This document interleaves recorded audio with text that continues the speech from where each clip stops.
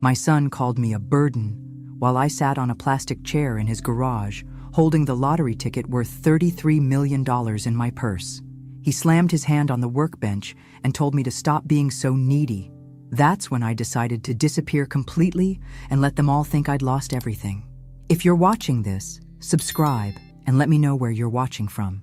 But let me back up and tell you how I got to that moment, sitting in that cold garage like some unwanted piece of furniture. It was a Tuesday morning in October when I bought that ticket at Murphy's Corner store, same as I'd done every week for the past 15 years. Helen Murphy smiled and handed me my usual one Powerball ticket with my late husband's birthday numbers. "Feeling lucky today, Carol?" she asked. I laughed and said what I always said, "If I win, you'll be the first to know." 3 days later, I was alone in my kitchen when the numbers were announced. I checked once, then twice, then had to sit down because my hands were shaking so badly I could barely hold the ticket. Every single number matched. $33 million. After taxes, still more money than I'd ever dreamed of seeing.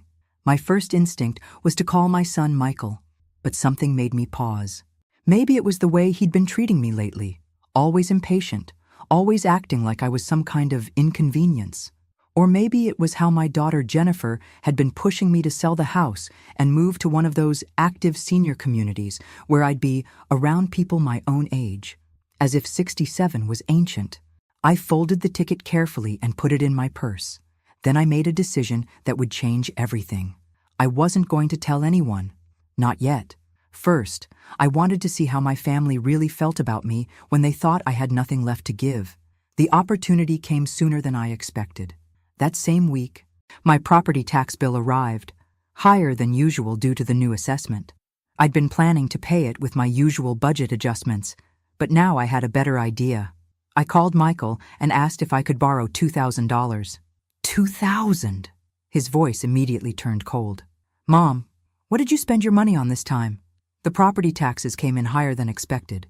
I just need help covering the difference until next month." There was a long pause. "Mom, you can't keep living beyond your means. Maybe it's time to seriously consider downsizing." I pressed on, making my voice smaller, more desperate. "I hate to ask, but I don't know what else to do. Could you help me just this once? Let me talk to Sarah about it. We'll get back to you." He didn't get back to me. After 3 days of silence, I called Jennifer. Her response was even worse. "Mom, Michael told me about the tax situation. Honestly, we've been worried about your financial management for a while now.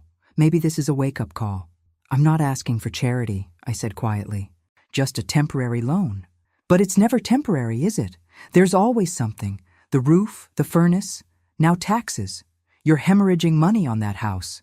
That weekend, Michael finally called back. "Mom, we need to talk. Can you come over Sunday afternoon?"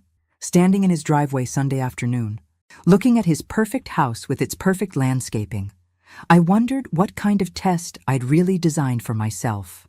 Sunday afternoon, I sat in Michael's pristine living room while he and Sarah exchanged meaningful glances. Their house was gorgeous, the kind of place featured in magazines, all marble countertops and custom cabinets. The irony wasn't lost on me that I was begging for $2,000 while sitting surrounded by what probably cost them $200,000 in renovations. "Mom," Michael began, using that patronizing tone I'd grown to hate, "we're concerned about you." Sarah nodded sympathetically. "We've been talking, and we think you're in denial about your financial situation." I gripped my purse tighter, feeling the lottery ticket inside. "What do you mean?" "The constant money problems," Michael said. "First it was the roof repair, then the heating system, now taxes. You're obviously living beyond your means." I wanted to laugh. If only they knew I was sitting on enough money to buy their house 3 times over. Instead, I made my voice smaller. "I've managed fine for 40 years in that house." "That's just it, Mom. You haven't been managing fine. You've been struggling, and it's only going to get worse as you get older." Sarah leaned forward with practiced concern. "We've been looking at some wonderful senior living communities, places where you wouldn't have to worry about maintenance or property taxes or any of that stress." "You want me to sell my home? The house where I'd raised my children, where Tom and I had been happy for 35 years before cancer took him." "We want you to be realistic," Michael said firmly. You're 67 years old. How much longer can you really handle a 4-bedroom house with that big yard? I studied my son's face, looking for any trace of the little boy who used to build blanket forts in that living room. He wanted me to give up. All I saw was impatience and something that looked disturbingly like calculation. What about the $2,000 for taxes? I asked quietly. Michael and Sarah exchanged another look. Mom, we can't keep enabling your poor financial decisions. If we bail you out now, you'll just get into the same situation again next year. So you won't help me. We're trying to help you in the long run, Sarah said sweetly. Sometimes tough love is what's needed. I sat there for a moment, absorbing the full weight of their rejection. My own son, who I'd supported through college, who I'd babysit for every weekend when his kids were small, who I'd helped with the down payment on this very house, was refusing to lend me $2,000. I understand, I said, finally standing up. I should go. Mom, don't be like this, Michael said, but he made no move to stop me as I walked to the door. Driving home, I made another decision. I was going to take this test further. I wanted to see exactly how far my family's concern for my well-being would extend when they thought I was truly desperate. The next morning, I called Jennifer and told her that Michael couldn't help with the taxes. Her response was swift and brutal. Well, maybe this is exactly the wake-up call you need, Mom. You can't expect us to keep rescuing you from your own poor choices. That afternoon, I drove to Murphy's Corner store and quietly arranged to claim the winning ticket through a trust, keeping my name out of the public records for now. The money would be available whenever I needed it, but first, I had more testing to do. The next 3 weeks were like watching a nature documentary about vultures circling wounded prey. Word spread quickly through the family that I was having financial difficulties, and suddenly everyone had an opinion about what I should do with my life. My sister-in-law, Patricia, called with a suggestion about a charming studio apartment in her building. It's perfect for someone in your situation, Carol. Very affordable, and you wouldn't have all that house maintenance to worry about. My nephew David stopped by unexpectedly, offering to help me organize my affairs. He spent an uncomfortable hour asking probing questions about my savings account and whether I'd considered getting a reverse mortgage. But it was the family dinner at Jennifer's house that really opened my eyes to how they saw me. She'd invited everyone, Michael and Sarah, her husband Greg, even my brother Robert and his wife. Ostensibly, it was to celebrate Greg's promotion, but I soon realized I was the main course. So, Mom, Jennifer said as she served dessert, have you given any more thought to what we discussed about downsizing? All conversation stopped. Everyone at the table turned to look at me with expressions ranging from pity to barely concealed annoyance. I'm still considering my options, I said carefully. What options? Sarah asked with a little laugh. You can't afford the taxes on that house. Maybe it's time to face reality, Robert chimed in. You're not getting any younger, and that house is just going to become more of a burden. There was that word again. Burden. Like I was some kind of dead weight dragging everyone down. The market is still good, Greg added helpfully. You could probably get a decent price if you list soon, before winter sets in and things slow down. I looked around the table at these people. My children, my brother, people I'd loved and supported and sacrificed for, and realized they were all relieved. Relieved that my financial crisis was giving them permission to say what they'd apparently been thinking all along, that I was too much trouble, too expensive, too inconvenient to keep around. You know, I said slowly, you're all probably right. Maybe I should sell. The relief in the room was palpable. Jennifer actually smiled. I think that's very wise, Mom, Michael said, and we'll help you find something suitable, something more appropriate. Appropriate. As if the home where I'd been happy for 40 years was somehow unseemly for a woman my age. After dinner, I overheard Sarah talking to Jennifer in the kitchen. Thank God she's finally being reasonable. I was so tired of the constant financial drama. I know, Jennifer replied. And honestly, that house is way too much for her anyway. She'll be much better off somewhere smaller. I slipped out without saying goodbye.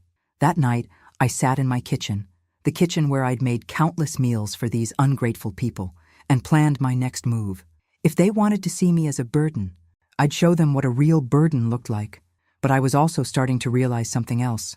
This test was revealing more than just their greed. It was showing me how little they thought of my intelligence, my competence, my right to make my own decisions. I started small. First, I accidentally bounced a check at the grocery store and had to call Michael for help. He sighed heavily and asked why I couldn't just be more careful with my account balance. Then I showed up at Jennifer's house, claiming my car wouldn't start and I needed a ride to the doctor. "Mom, this is exactly what we've been talking about," she said, as she grudgingly drove me across town. "You're becoming too dependent. What happens when we're not available to drop everything and help you?" The beautiful irony was that I'd never been less dependent in my life. I had $33 million earning interest in a secure account. But here I was, pretending to need my children for basic survival. But the real test came when I called Michael claiming to have fallen in my kitchen and hurt my back. Not seriously injured, I assured him, but enough that I was scared to be alone. And could I please stay with them for a few days? The silence on the phone was deafening.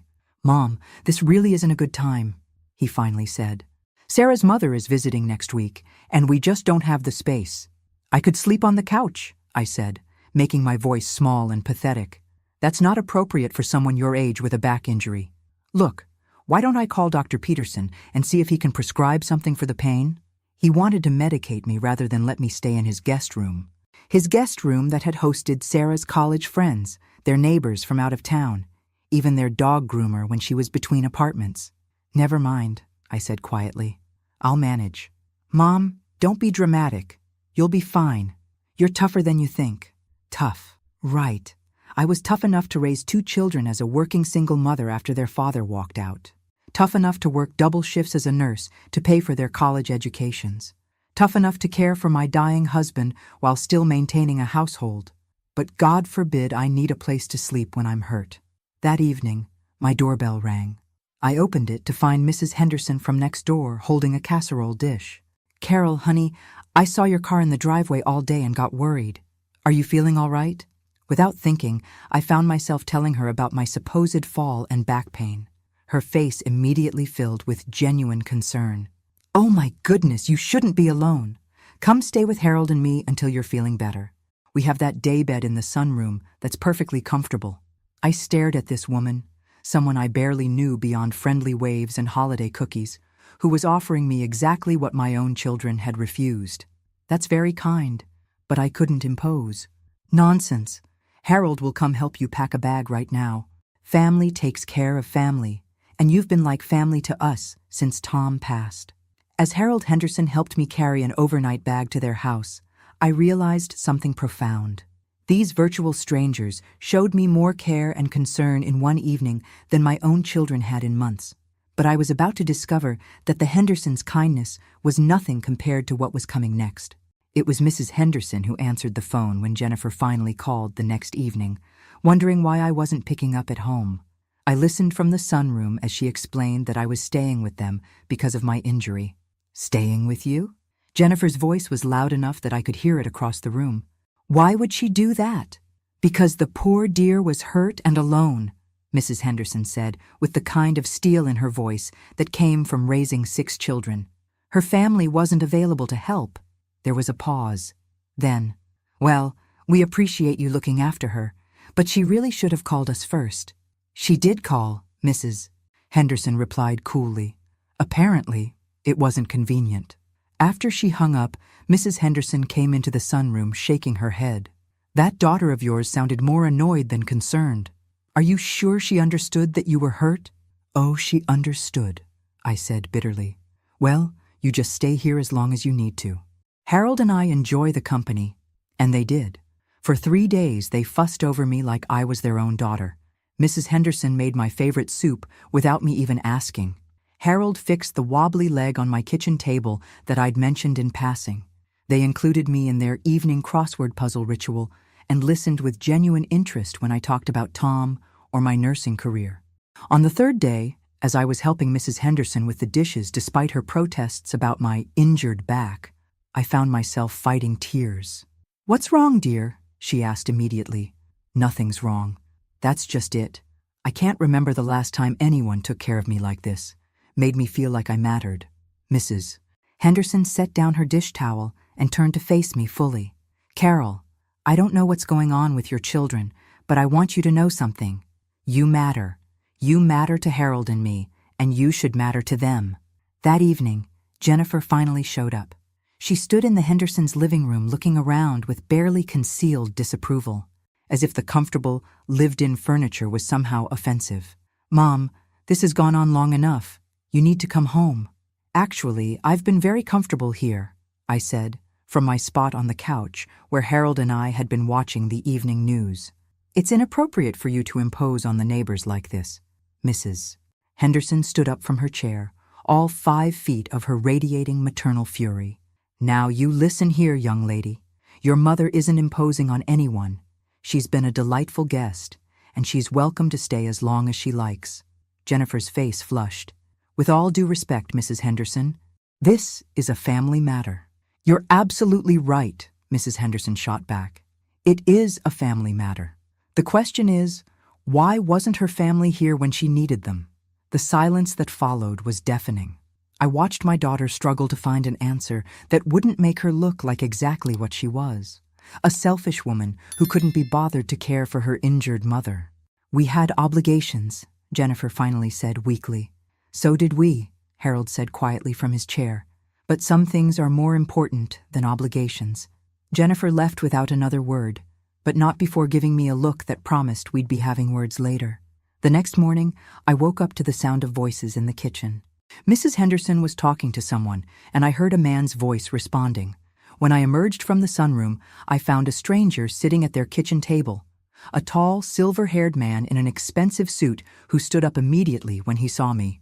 "Mrs. Patterson," he said, "my name is David Harrison. I'm an attorney, and I believe we need to talk." David Harrison had kind eyes behind wire-rimmed glasses and the sort of presence that made you feel like everything would be okay. He also had news that was about to turn my little test upside down. "Mrs. Patterson, I represent the estate of Margaret Fleming.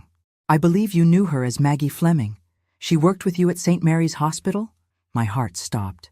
Maggie, my dear friend and mentor from my early nursing days, who had died 6 months ago.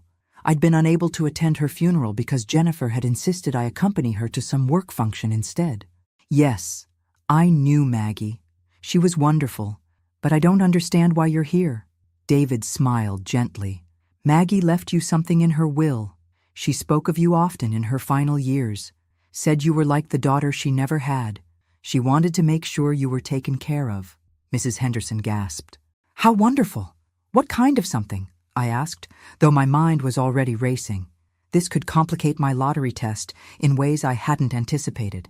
David opened his briefcase and pulled out a thick envelope. $250,000. And her house in Clearwater, Florida. It's fully paid for. A beautiful little place near the beach where she retired. She said she remembered you always talking about wanting to live by the ocean someday. I stared at him, speechless. This was impossible. Just when I thought I had life figured out, when I was testing my family's true feelings, the universe was throwing me another curveball. "There's more," David continued. "Maggie left specific instructions that this inheritance was to be kept confidential until after her estate was settled.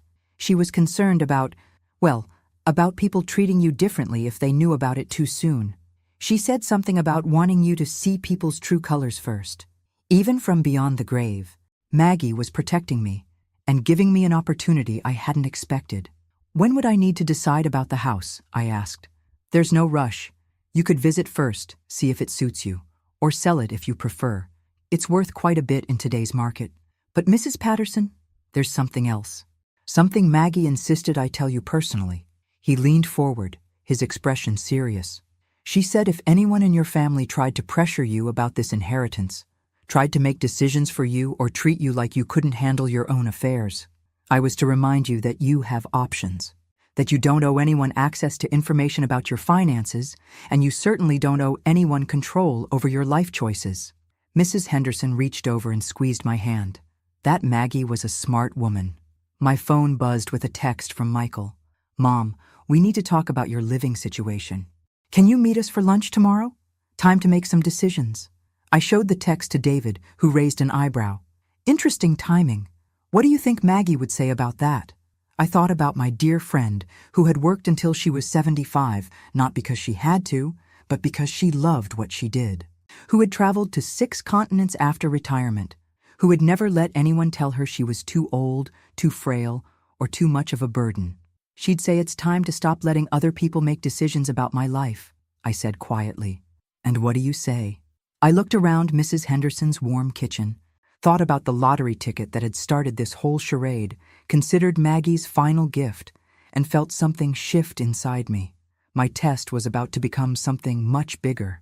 I say it's time for my family to learn some truths, but maybe not all of them. Not yet. David smiled. Now that sounds like something Maggie would approve of. Should I arrange for the paperwork to transfer the house deed?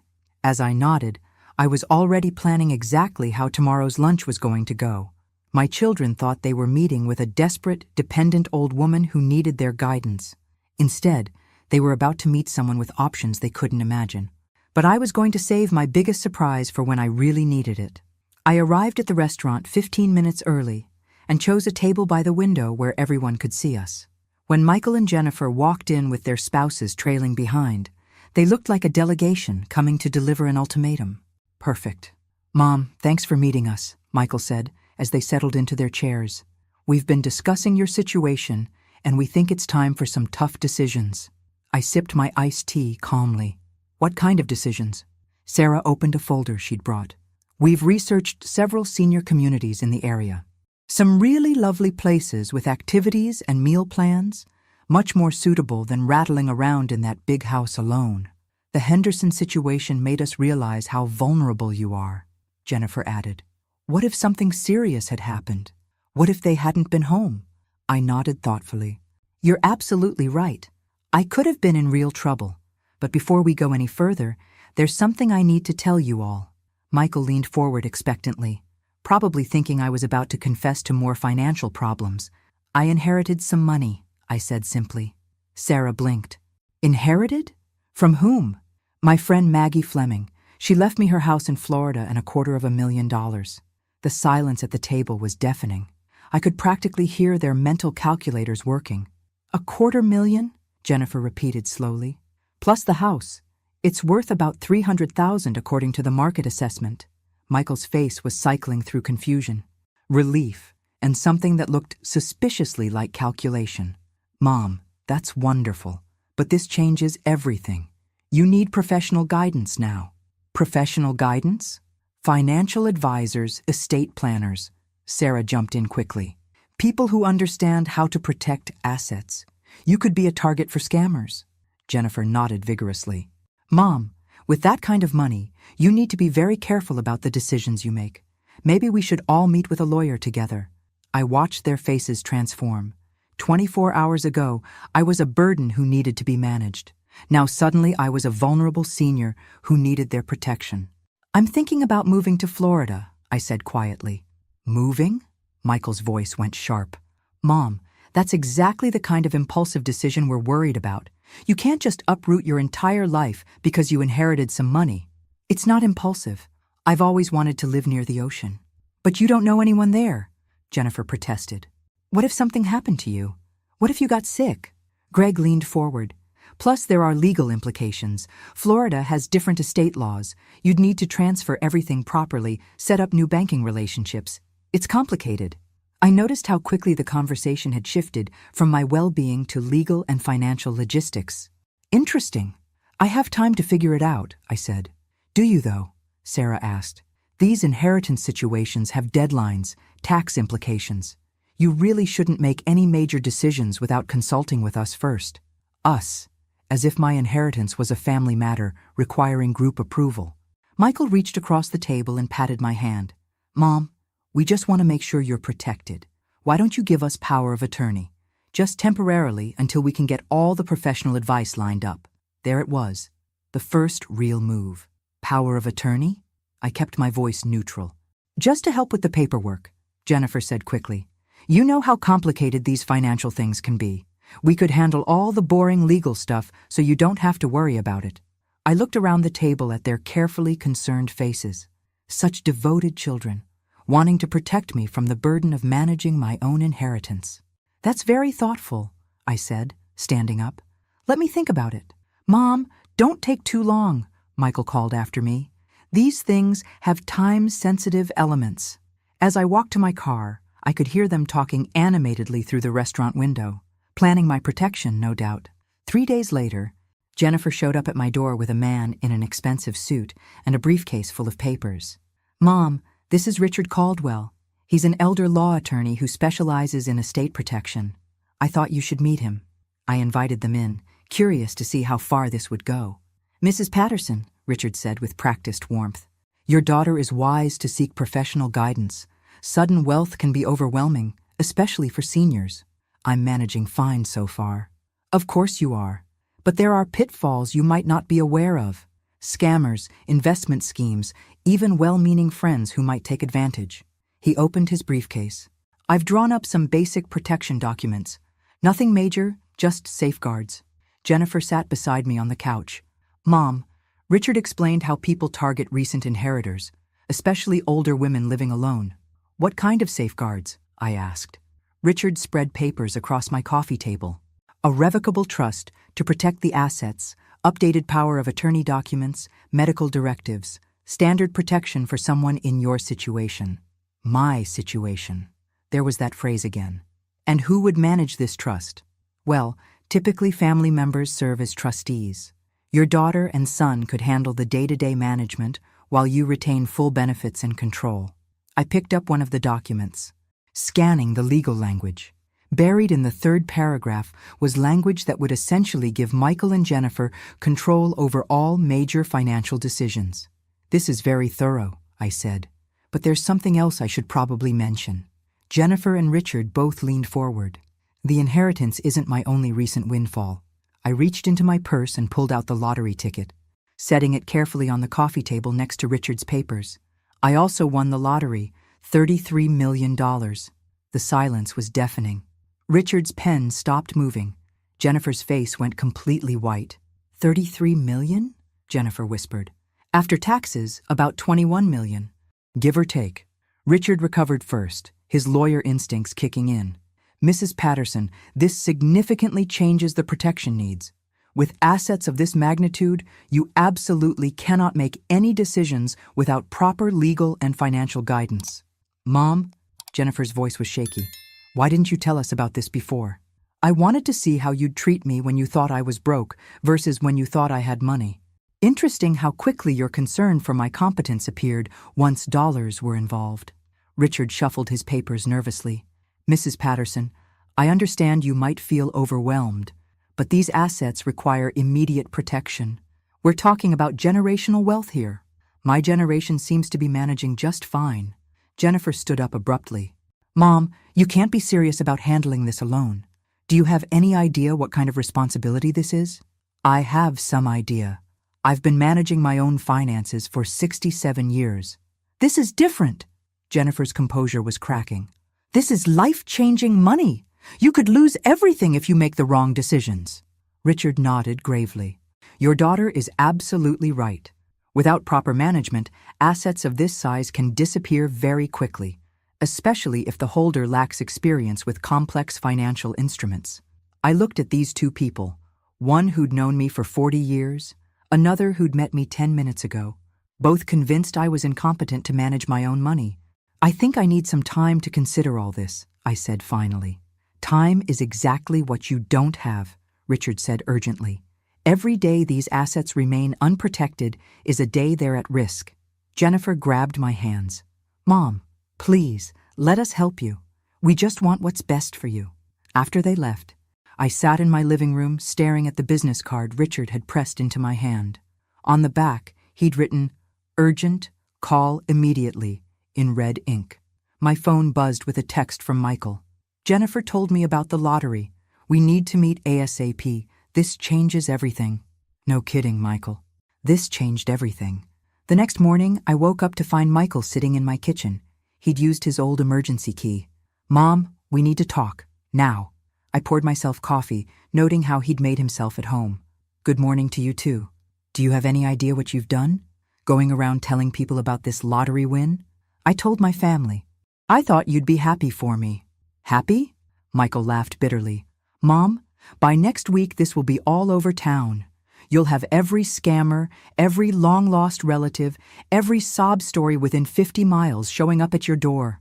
Then maybe I should move to Florida sooner rather than later. That's exactly the kind of thinking that proves you need supervision. Michael pulled out his phone. I've been doing research all night. Do you know what happens to lottery winners who don't have proper guidance?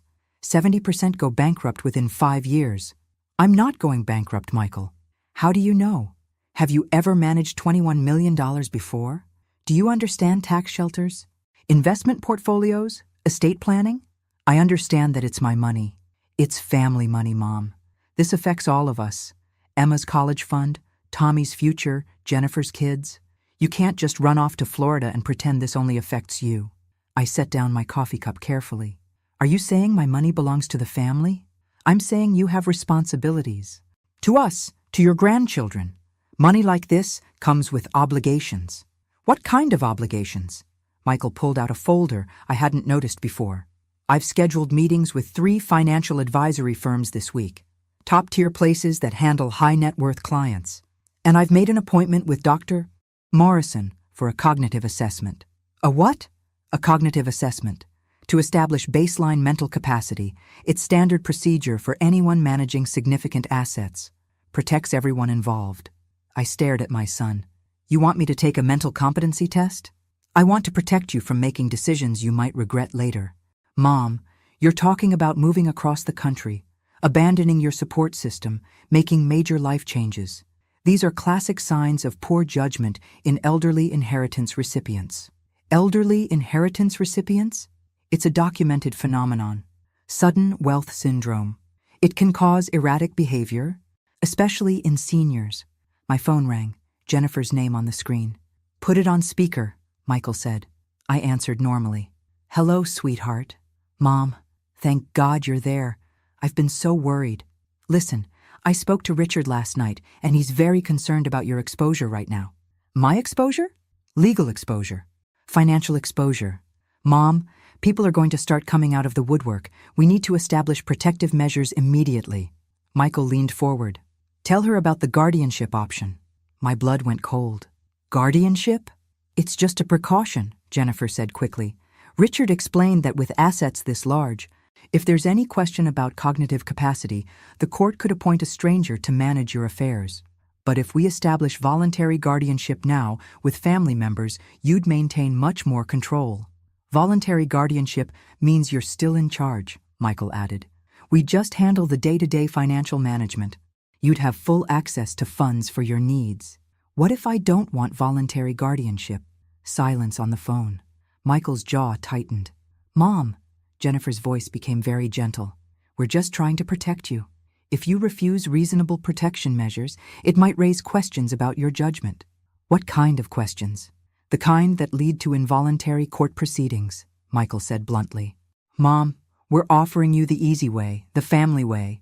But if you insist on being unreasonable... He didn't finish the sentence. He didn't need to. That afternoon, my doorbell rang. I opened it to find Emma, my 16-year-old granddaughter, standing on my porch with tears in her eyes. Grandma, is it true? Are you really moving to Florida? Behind her, I could see Jennifer sitting in her car, watching. I'm considering it, sweetheart. Why? Mom says if you move, we might not see you anymore. She says Florida is really far, and you might forget about us. I knelt down to Emma's level. Honey, I could never forget about you. Florida isn't on Mars. There are planes, video calls. But Mom says it's not the same. She's been crying all morning. She says you're abandoning the family. I looked over at Jennifer, still sitting in her car like a puppet master pulling strings. Emma, would you like to come in for some cookies? I can't. Mom says we need to get home. But Grandma? Emma hugged me tightly. Please don't leave us. We need you here. As they drove away, my phone buzzed with a text from Michael. Emma's just the first. Tommy's asking questions too. Is this really how you want to break up the family? An hour later, my brother Robert called. Carol, what's this I hear about you moving to Florida? Michael called me, says you've come into some money and you're making rash decisions. Hello to you too, Robert. He's worried about you. Says you're not thinking clearly. Maybe you should listen to your children. Did Michael tell you how much money I inherited? He mentioned it was substantial. Look, Carol, I know you're still grieving Tom, but running away isn't the answer. I'm not running away. Then what would you call it? Michael says you won't even consider their help with managing this inheritance. That doesn't sound like the sensible sister I know. After I hung up, I realized what was happening. Michael and Jennifer were building a narrative. Eccentric widow, unexpected wealth, irrational behavior, family concern. They were creating the foundation for a legal challenge to my competency. My phone rang again. David Harrison's number. Mrs. Patterson, I hope you don't mind me calling. I had an interesting conversation today with a Richard Caldwell. He was asking questions about the Fleming estate, wanted to verify the inheritance details. What kind of questions? Timeline questions. When you first learned about the inheritance, whether there were any signs of cognitive decline that might have influenced Mrs. Fleming's decision to leave you assets. My stomach dropped. What did you tell him? I told him attorney-client privilege prevented me from discussing my observations about your mental state during our meetings. But Mrs. Patterson, I think you should know. He also asked about the time frame for transferring the Florida property. Seemed very interested in whether there were any deadlines that might pressure you into quick decisions. David, if someone wanted to challenge my competency, how would they do it? They'd need evidence of impaired judgment, medical documentation preferably, and testimony from family members about concerning behavior. Then they'd petition the court for guardianship proceedings. How long would that take? Emergency guardianship can be granted in 48 hours if there's evidence of immediate risk to the person or their assets. After I hung up, I sat in my kitchen doing math. It was Wednesday afternoon.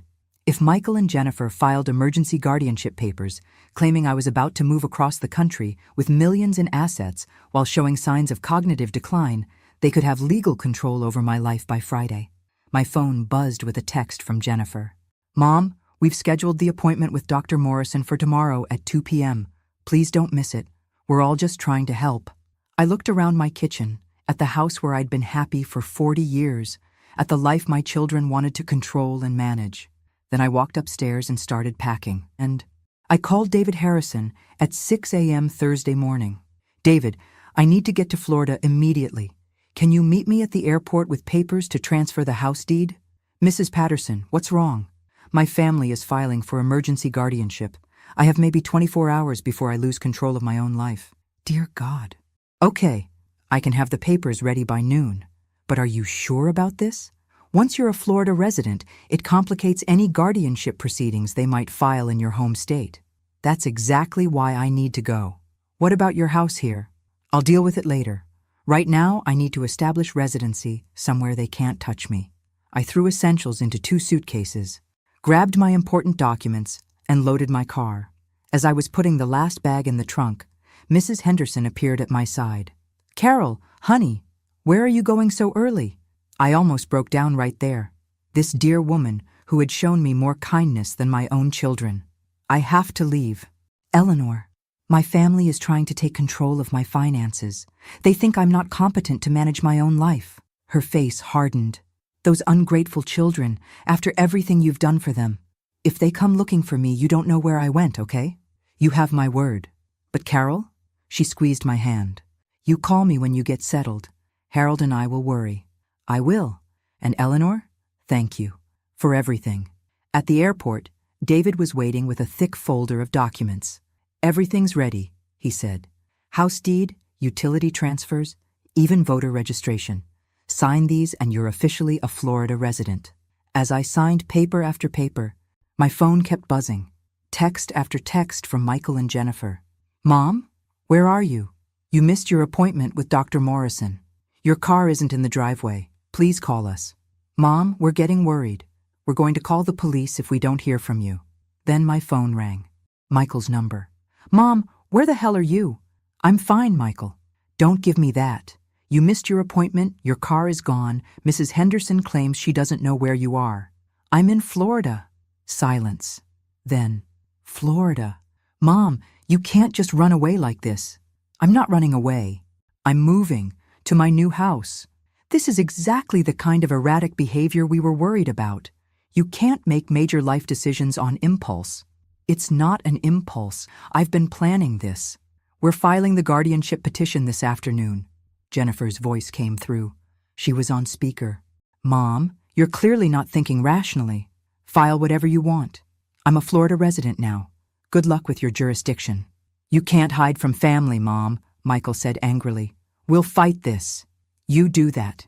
But you'll be fighting it without access to my money. And you'll be fighting it while I'm living in my beach house, making my own decisions. Mom, please, Jennifer's voice cracked.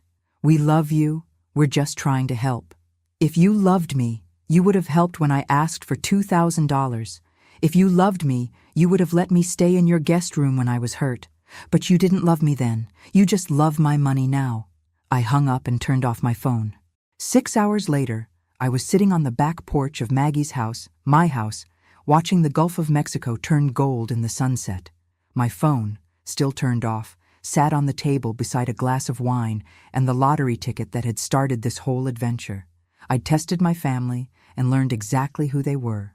I'd discovered that strangers could show more kindness than blood relatives. I'd found out that I was stronger and braver than I'd ever imagined. But most importantly, I'd learned that sometimes the most valuable thing money can buy isn't a house or a car or even security. Sometimes it's freedom. The freedom to walk away from people who see you as a problem, to be managed, instead of a person to be respected. My new neighbor knocked on the fence gate. Mrs. Patterson, I'm Dale from next door. Welcome to the neighborhood. My wife made you a casserole for your first night. I smiled and waved him over. Please call me Carol. And thank you. That's very kind. As we chatted about the neighborhood, the best grocery stores, and the walking paths along the beach, I felt something I hadn't experienced in months. Peace. Not the exhausted peace that comes after a fight, but the deep, settled peace of being exactly where you belong. Now, I'm curious about you who listened to my story. What would you do if you were in my place? Have you ever been through something similar? Comment below. And meanwhile, I'm leaving on the final screen 2 other stories that are channel favorites, and they will definitely surprise you. Thank you for watching until here. Thanks for listening. Don't forget to subscribe and feel free to share your story in the comments. Your voice matters.